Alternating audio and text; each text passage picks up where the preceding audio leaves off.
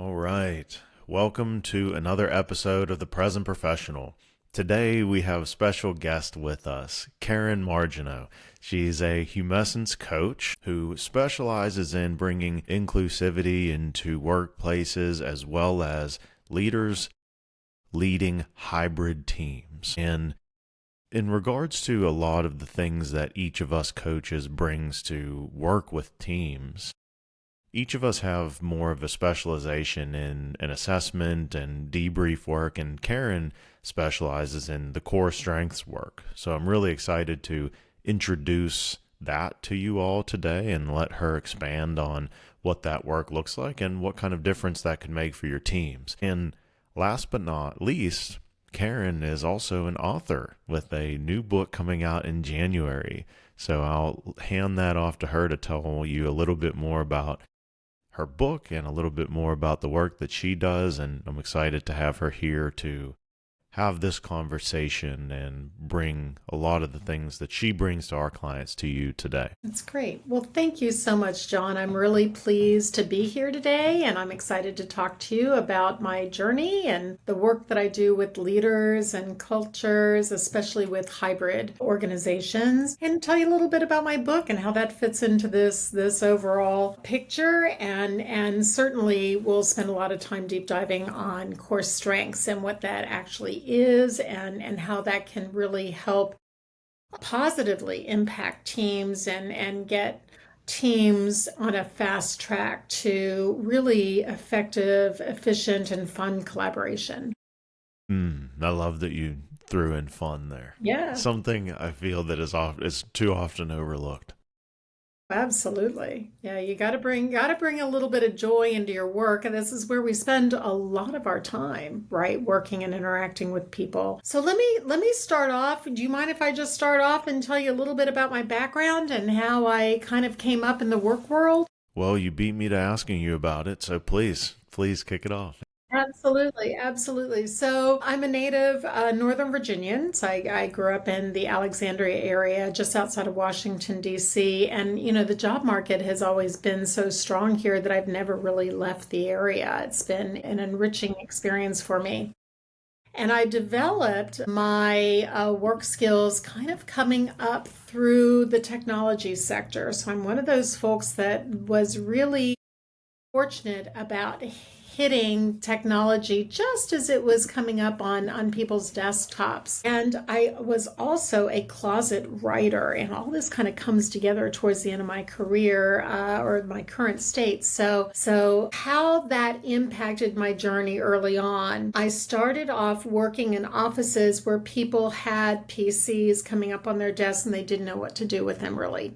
And so I began writing tips and newsletters. And then I started putting in a network into small organizations. And I really found that I had an aptitude for this work and pursued the small office technology network kind of support. But I kept turning everything into a writing project. I kept saying, these manuals need to be rewritten. This section needs to be rewritten. People don't understand how to do this.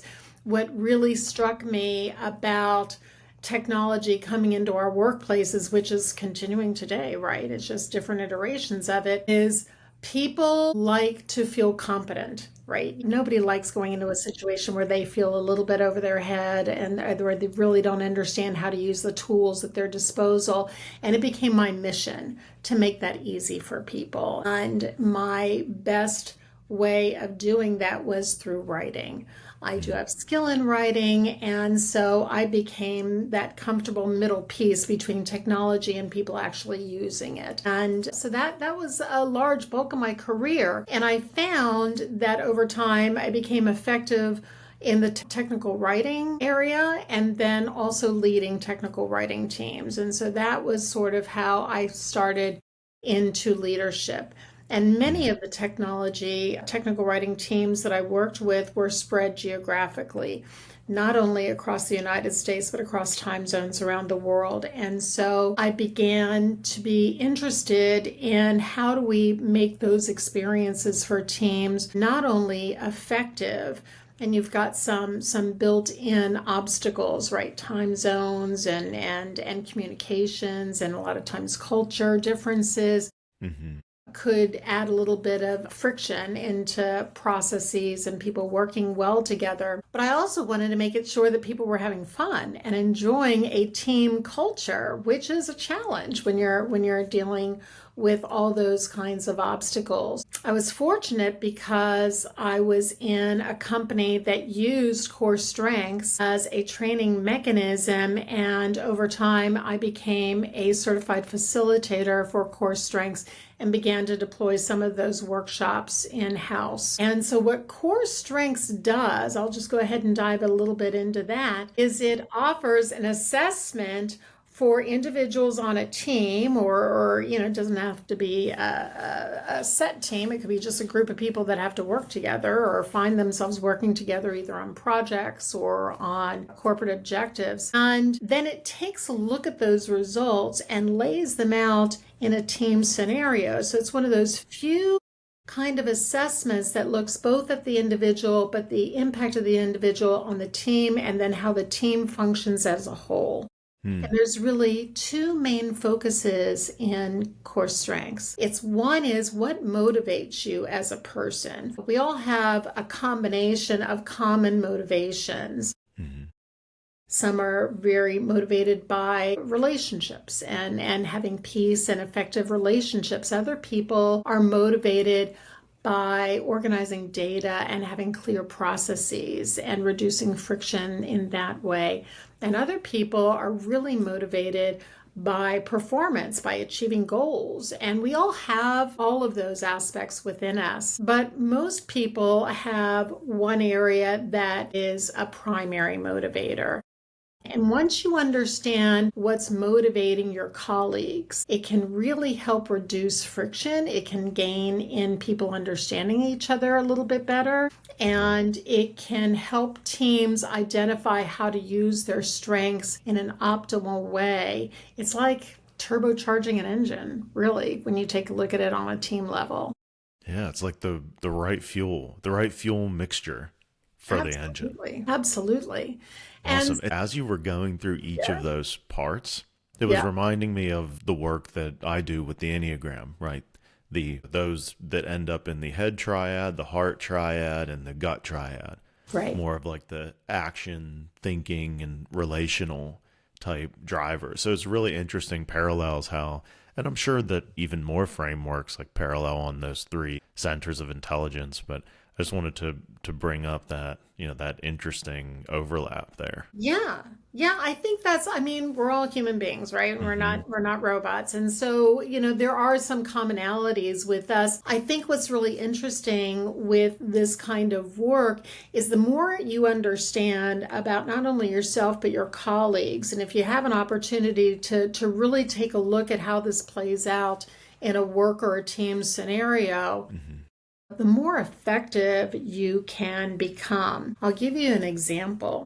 One of the things that Core Strengths also really deep dives into is how you show up when things are going well. What are your communication preferences? What's your style? How you relate to other people. But it also talks a lot about what happens when things aren't going quite so well. And sometimes that happens in the workplace, right? Sometimes priorities shift, things happen outside of our control.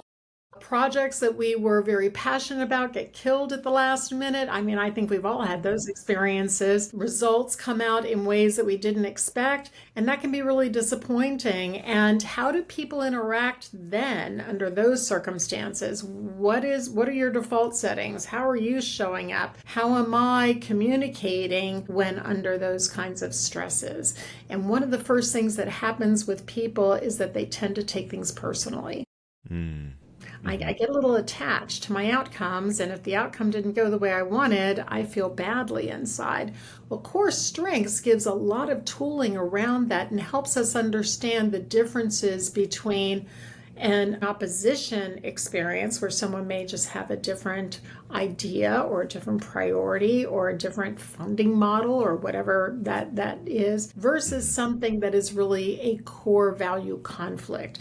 And once we can separate that out, the friction in those experiences can really be drastically reduced and you can get back to solving the problem at hand. Hmm. So I'm hearing that in this reduction of friction, provides more space for free flowing communication that's actually productive. So you kind of get out of this area of reaction based on your core motivation and how that shows up in times of stress, and move into a place of understanding. And especially when others also understand, your typical patterns there based on your responses. So it's a understanding yourself, but then also having that in the open for the team can just create more productive dialogue, and not even just you reducing the friction, but also others knowing your style, helping to reduce the friction. Am I getting Absolutely. that right? Yeah, absolutely. I will tell you Awesome. a real world example from one of the tech firms I deployed one of these workshops in. They had a team that was split geographically across the United States, primarily located in the Bay Area of California, but then a large segment of their team was in Tel Aviv in Israel. And there were not only communication differences, but real culture differences. And the team was experiencing some friction. There were communication styles that were interfering with just simple communications, which just really complicated getting small things done, especially given the time zone differences, too, right? Hmm. So they had multiple challenges. After we went through and we deployed the Core Strengths workshop virtually, right? So people weren't even in the same room and even in the same time zone, but we were able to do this effectively across time zones at the same time for folks. You could see the light bulbs going off on people's faces. All of a sudden, people realized that everybody had good intention and they understood where the intention was coming from.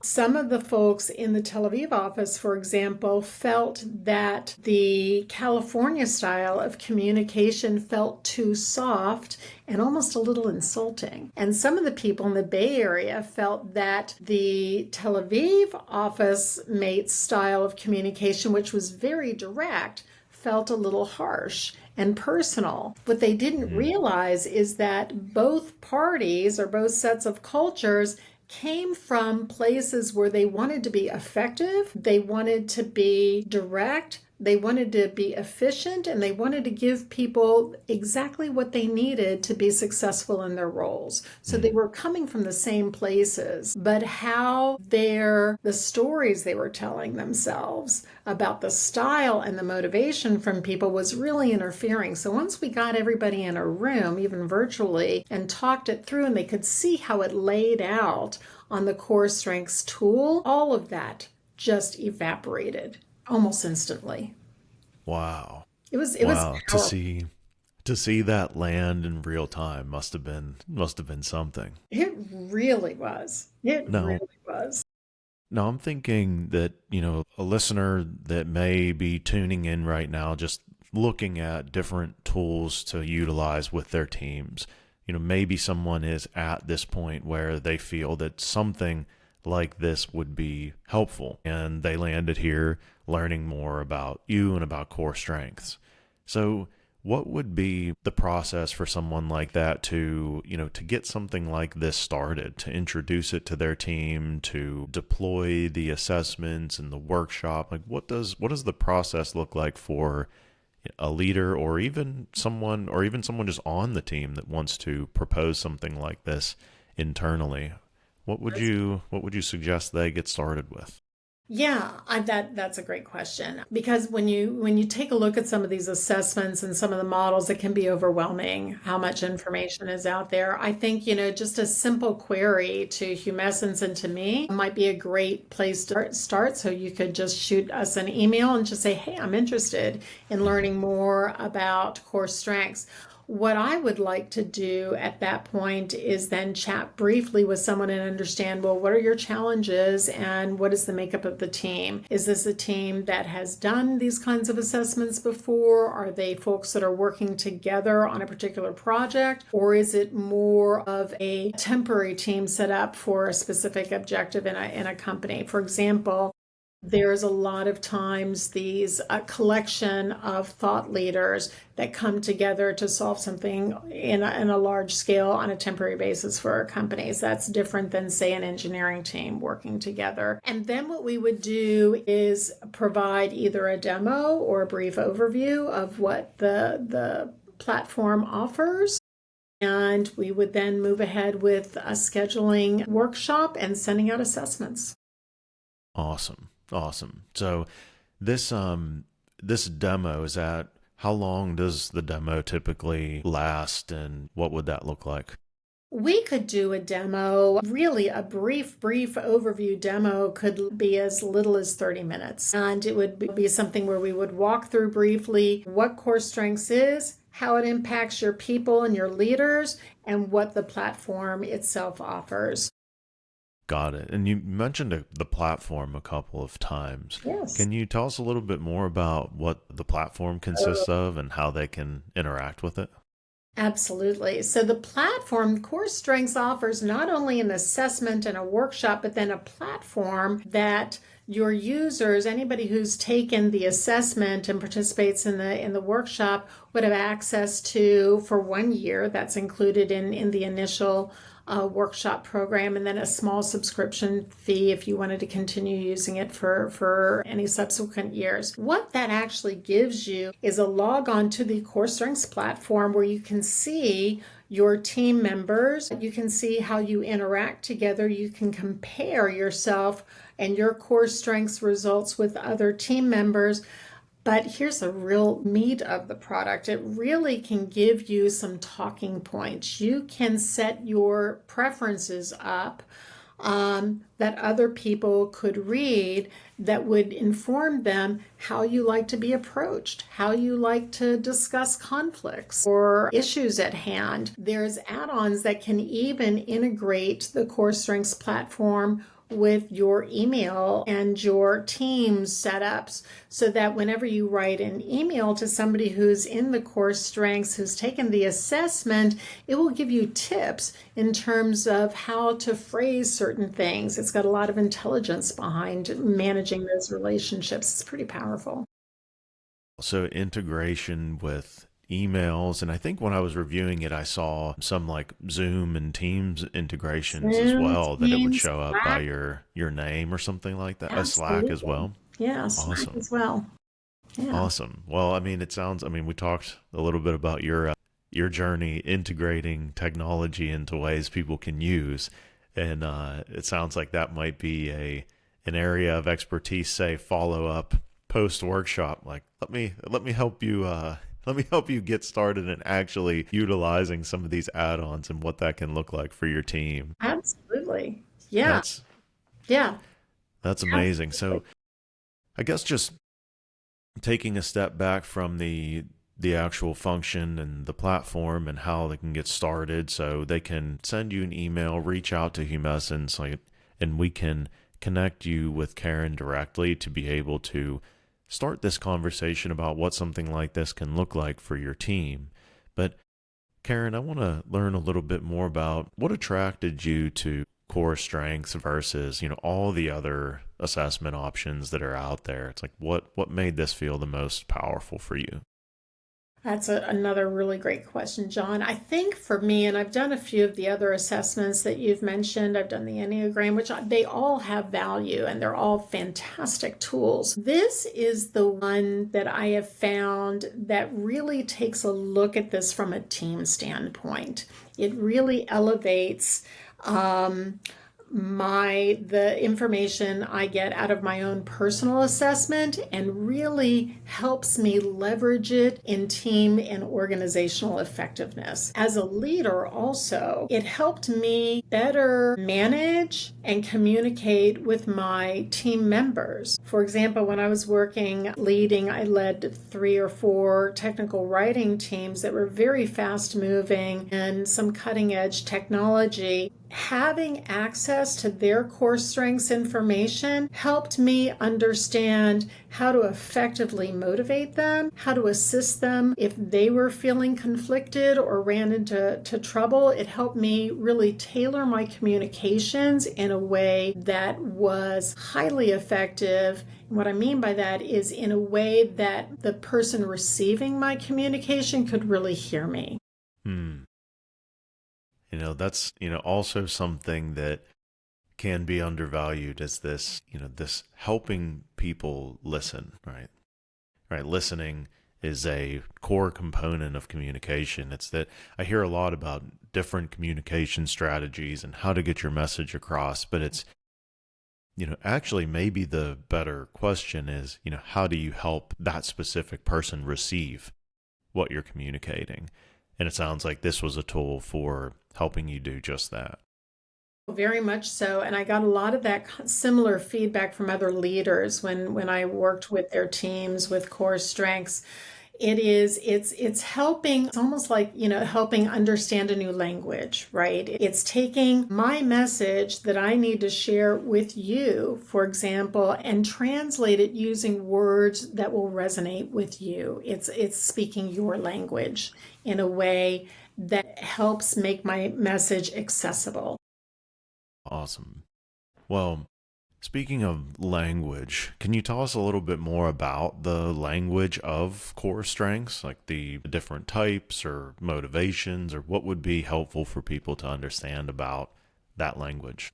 So, core strengths has, when you take an assessment, you are really taking a look. Core strengths is taking a look at where your motivation lies among 3 major quadrant areas. We talked about that briefly. It's the people motivation, and in the core strengths language, they use colors. So the people is represented by the color blue. People who are motivated by performance they use the color red. And then people who are motivated by process or data or analysis comes in with the color green. And then there's many variations within that. And then there's a certain percentage of people who kind of reside in the middle, and they've got like a balance of all 3 of those. They don't really lean one way or another. So those folks will be called people who are motivated to have a hub motivation. So they're kind of the hub and all the middle of that. So you will find that there are people who fall clearly in one color area. I, for example, am very heavily into the blue area, so my motivation is very people oriented. There are other folks who are on a gradient, and they may be equally motivated by, say, people and process or performance and people. And then you may have a completely different motivational experience when you're facing opposition or conflict. So even though when things are going well, my motivation is very heavily in the blue people area, when I am faced with some opposition or feeling a little conflicted, I move into more of a process area. So I'm kind of blue-green, which is very interesting. Can I tell you a moment about how that shows up? I'll tell Definitely. you a little story about this. So I raised 2 sons, and sons are, when you're raising kids, you sometimes run into a little conflict in the family, right? And so whenever that would Sometimes. happen in my house, I get very quiet. Now, generally speaking, I'm pretty people oriented. As you can see, I talk a lot with my hands. I'm a little bubbly. I probably talk, in an excited manner a lot of times. I'm passionate. But when I'm faced with conflict, I kind of quiet down. I get very quiet. What I'm doing is I'm observing and I'm taking everything in like a sponge. I'm getting all my data, right? I want to hear what's being said. I want to hear what's not being said. I'm looking at body language. I'm looking at expression. And I'm going to take all of that information in before I feel equipped to respond. And that's just how I'm wired. That's just how I do things. But what's interesting is that I behave very differently. There's a very sudden change in my demeanor. And so in my house, when we were having conflict, my sons would say, "You're mad." And I would say, "No, I'm not mad." And they'd say, "No, you're mad," because I was getting very quiet, right? And then we get in an argument about whether I was mad or not. How this showed up in the CoreStrengths, my profile, is that there's a dot on the profile that shows where I am when things are going well. But then there's a line to the dot of where things are, how I'm experiencing or how I'm showing up when I'm under conflict. And there's a very long line. And that long line is an indicator that my behavior, how I show up, what people see in me is very different. There's a great difference between those two states for me. Other people don't necessarily have that. There are some people with very short lines. And so their experience may be people can't tell if they're upset because they don't really look a lot different. They don't behave differently. So I think all of that was very interesting to see, and I could actually point at that and show my kids, "Hey, look, it says so right here. I'm not mad. I'm just taking in data." Wow. So really, creating this common language around times of ease and times of stress and Yes. the best ways to communicate with each other in those times. And, understanding that it might not be what you're assuming their emotional state or what's going through their mind to be, but this helps you communicate and understand what it actually might be. Absolutely. And is that a time saver or what? I mean, it's like Brene Brown says, we will make up stories. Our brains will make up stories to fill in the blanks of what it is we don't know. And so in a fast-paced work environment, how much time do people waste trying to figure out what's actually happening? But if you have the information, you can just cut to the chase, solve problems, and retain the relationships with ease. And that's what this is about. Amazing. Amazing. And, if you feel like that this is something that would be beneficial for your team and you want to learn more, please do not hesitate to reach out. info@humessence.com will go to all of us. You can reach Karen directly in scheduling a consultation with her on humessence.com to learn more. And we'll provide more of that in the show notes as well for you to be able to access this information directly. And also just to have a conversation with us. This is the thing, we are, a small group serving people directly and more of a custom tailored approach. So we have conversations directly with our clients. And I hope that this was a nice introduction and conversation with us. I hope you feel like you've been in the room during this conversation and feel just as comfortable leaning into a call with us, a call with Karen directly to learn more about CoreStrengths. So with that, Karen, it feels like you really dropped the mic there on your last comment. What would you like? What's one final tip or one thing that you want to leave the listeners with in regards to maybe understanding others, communications, and maybe leading teams in general? Okay, that's such a broad topic. You got to choose one thing. Okay. The first thing that popped into my mind is stay curious. Please stay curious. Curiosity has saved me over and over when interacting with all kinds of people from around the world, right? So if you assume good intent and stay curious, that can help you navigate almost anything. Beautiful. I couldn't agree more. Well, thank you so much for joining me in this conversation today. And listeners, thank you so much for continuing to support the Present Professional podcast and learn more about us and Humessence. We'd love to have a conversation with you, so don't hesitate to reach out if you have questions, would like to see some different topics come up on the podcast, or have any feedback for us. It's an open conversation. Well, until next time, we'll see you then.